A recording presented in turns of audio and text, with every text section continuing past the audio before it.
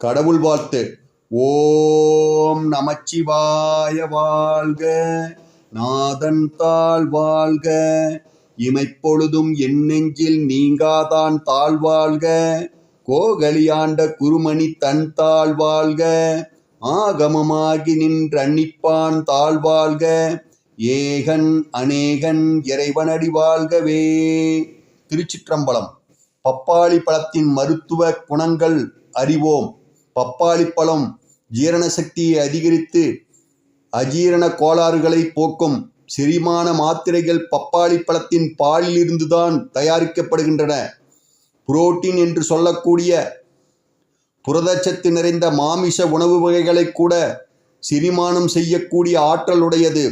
இரவு நேரத்தில் பப்பாளி பழம் சாப்பிடுவது நாட்பட்ட மலச்சிக்கலை போக்க உதவும்.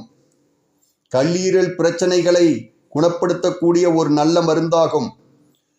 சர்க்கரை நோய் உள்ளவர்கள் காலை ஒரு நாவற்பழத்தையும் மாலை பப்பாளி பழம் ஒரு கீற்றையும் 2 வாரம் சாப்பிட்டு வர சர்க்கரையின் அளவு சீரடையும்.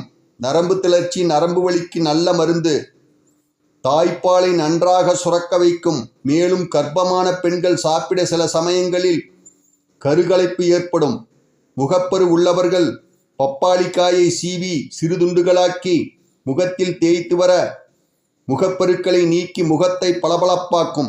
இந்த வீடியோவை முழுமையாக பார்த்ததுக்கு நன்றி.